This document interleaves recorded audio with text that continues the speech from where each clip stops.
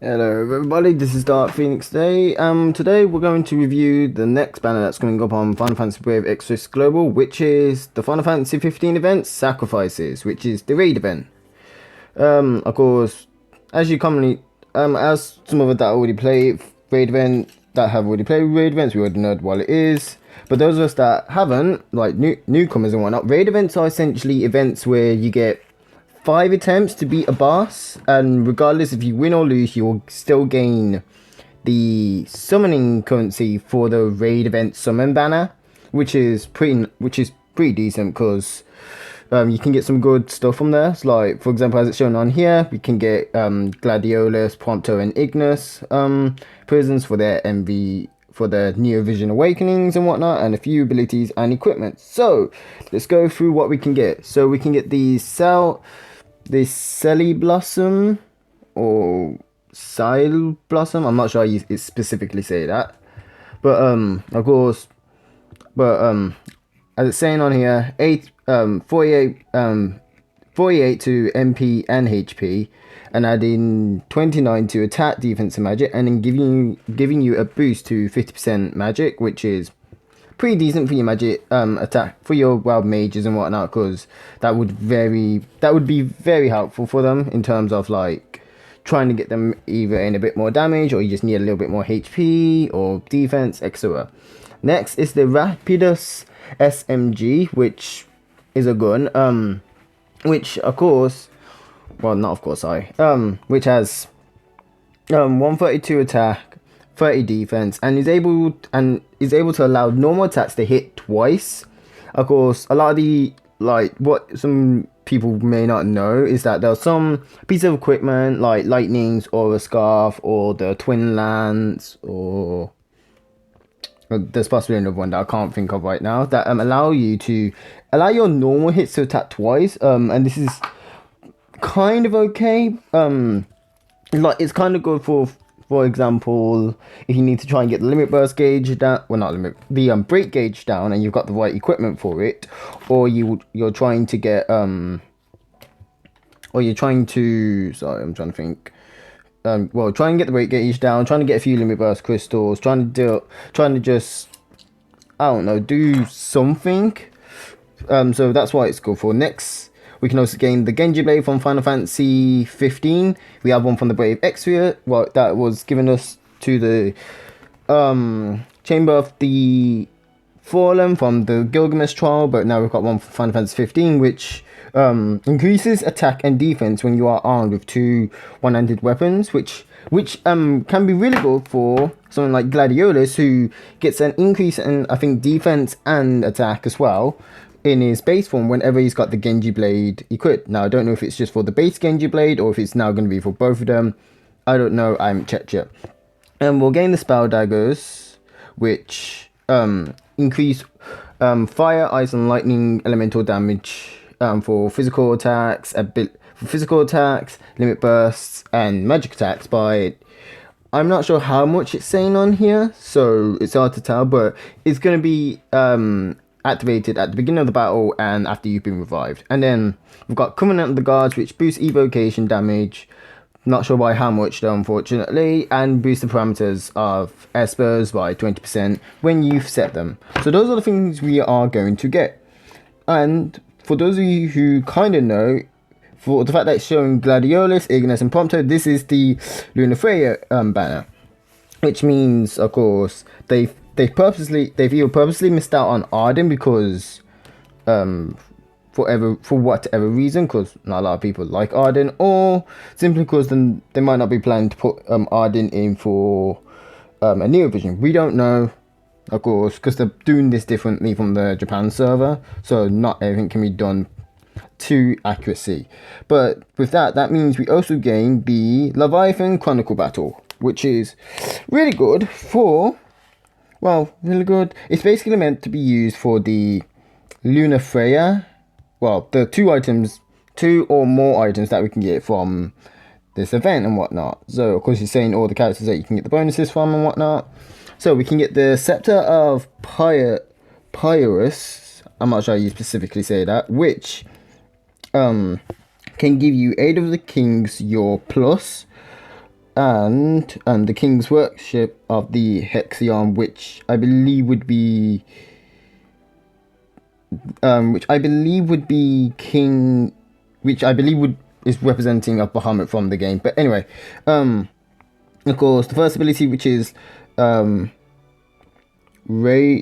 Aid of the Kings of Yore, boost magic by just static straight 75 not percent, just 75, and boost limit burst damage by 50% and evocation damage by 50%, which is pretty decent. I mean, the only weird thing is that it's a staff that of course has high magic when you fully upgraded it, so that's weird, but it's mainly meant for Lunar Freya. And then we have the second ability, which is the King's Worship of the Hexion, which boosts parameters when setting an S by 50%, which is okay, I guess. So now we have the Hero's Shield, which can be upgraded, which has 100%, which adds 100 straight stats to your HP, 100.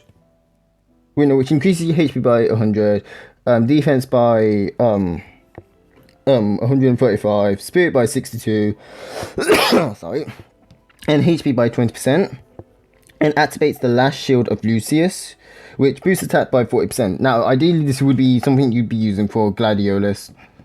So now, we're going to go for the summon event. So as I was saying, of course, the Neo Vision Awakenable units, Ignis, Gladiolus, Prompto, there you go. And of course, Neo Vision is Lunar Freya or Oracle Maiden Lunar Freya.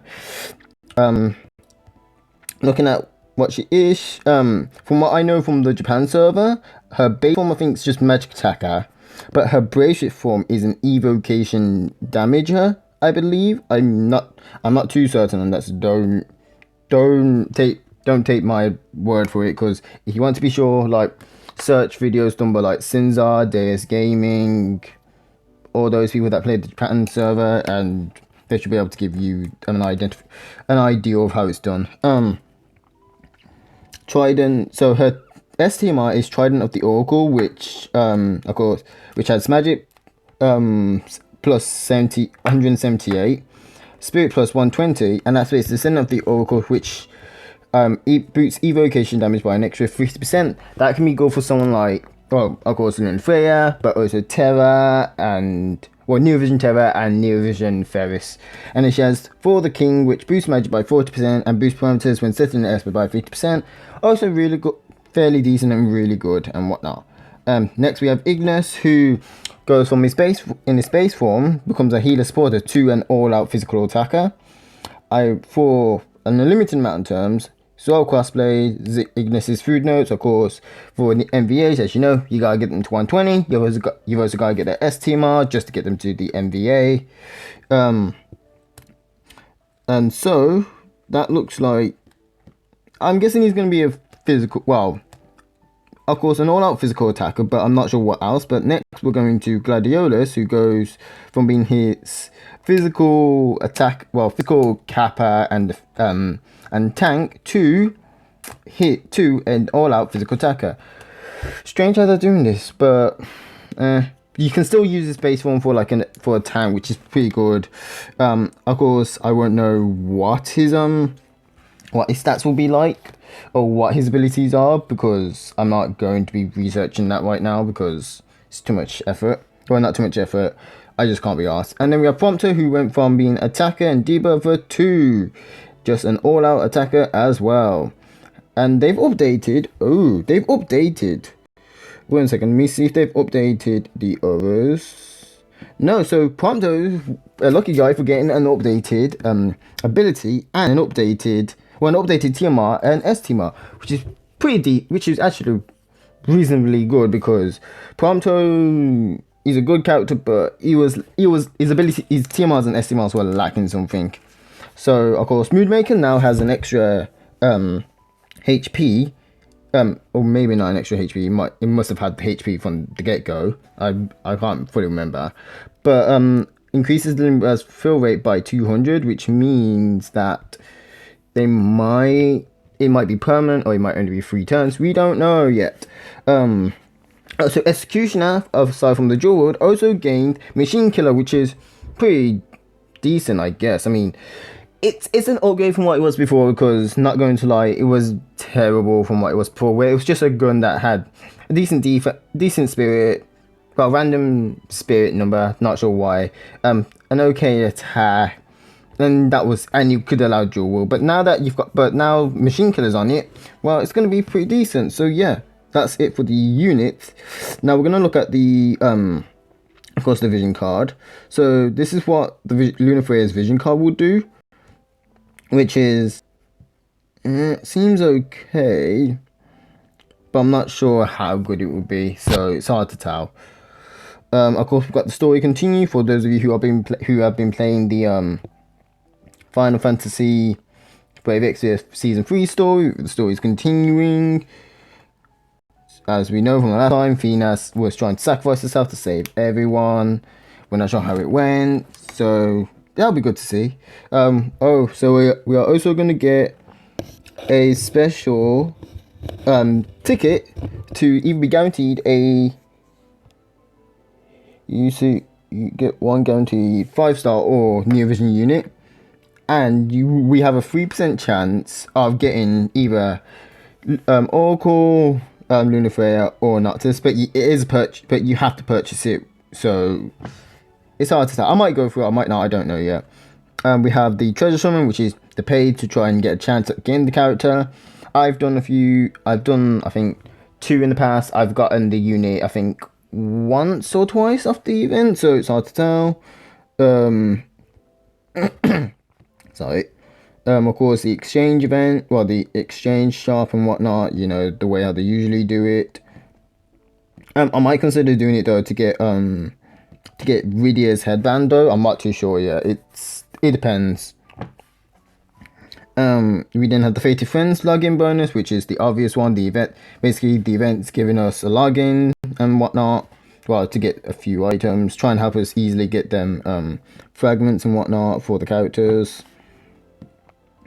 It's going to be May, so May login bonus. So because on the month of May, we're going to get these essentially for, of course, the first week, and that's it. Of course, the Fountain Lapis is coming back. So those of you who like to get that 250 Lapis a day for essentially a month, then you can go for it. I say it's worth it because you can essentially, on some days you can get if you include the normal login bonuses, about 450 to 550 or so Lapis a day. Well, no, not a day. In that, depending on the day segment. So it's pretty decent. I would like if you can go for it, go for it. If you can't, doesn't really matter. Like, of course, save your Lapis for units that are gonna be time limited, is what I would say. So you don't need to go for it. You don't have to if you don't want to. We have the Neo Vision mounting coming back, which is all this. And we've got info on the EX coins, which is a new system they've added in. So which means it's talking about, I think, the event that... Oh, so they're going to be dropping a random amount. Not sure from when. Well, of course, it's saying from when, but I'm not sure if it's talking about the daily things that we can do for the event. Next on the maintenance, which is will be available at 5 PDT time, which for those of us in the UK, it will be available to be played at 1 o'clock PM. I'm not sure what it is for the rest of you. You may need to research it just so you can know. But yeah, that's the event. That's, well, today's video done today, guys. So I hope you enjoyed it. Of course, like the video if you liked it. Just dislike it if you didn't like it. Leave a comment if you want to, and subscribe and hit that bell so you can hear more, so you can get more videos. So you can know when I'm posting more videos. And sorry that I'm not posting a lot. It's just that, of course, with the pandemic slowly ending, and touch wood that it hopefully ends. Of course, I have a part-time job somewhere. I'm not saying where, but essentially I'm trying to slowly get ready to go back there so that I can be prepared for when it gets like really busy and whatnot. So hopefully you enjoyed the video, and I'll catch you later next time. Bye.